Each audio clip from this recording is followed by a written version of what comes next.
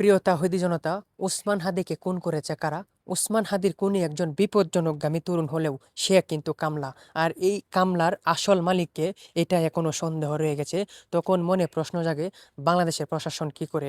উসমান হাদির খুনিরা উসমান হাদিকে খুন করে 24 ঘন্টার মধ্যে প্রশাসনকে বৃদ্ধাঙ্গুল দেখিয়ে তারা দেশ থেকে পালিয়ে যায়। তখন মনে আরও বেশি প্রশ্ন জাগে, উসমান হাদির খুনিদের যখন বিচার করতে পারে না, তারা কোথায় আছে নির্দিষ্ট করতে পারে না, তখন মনে প্রশ্ন জাগে। উসমান হাদি একজন এমপি প্রার্থী ছিলেন।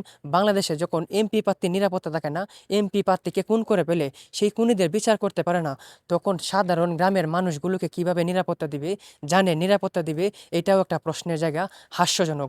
বাংলাদেশে হাজার হাজার সমস্যা আছে, এত সমস্যাগুলো আমাদের মতো সাধারণ কন্টেন্ট ক্রিয়েটাররা তুলে ধরতে পারবে না। তার মধ্যে সবচেয়ে বড় প্রধান 1 নম্বর সমস্যা হচ্ছে বাংলাদেশের প্রশাসন সমস্যা।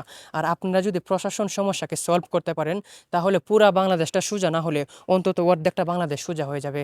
মনে রাখবেন, একটা দেশের যখন প্রশাসন সুস্থ থাকে, তখন সেই দেশের জাতি সুস্থ থাকবে। আর প্রধান উপদেষ্টার প্রতি আমার আশ্বাস ছিল যে উসমান হাদির খুনিদের বিচার করতে পারবে, কিন্তু সে সময়ের জন্য পারে নাই।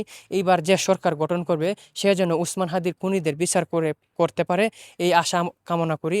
আর উসমান হাদি যেন জান্নাতের উচ্চ মাকান পায়, জান্নাতের মেহমান হিসেবে আল্লাহ কবুল করে, সেই দোয়া করবেন।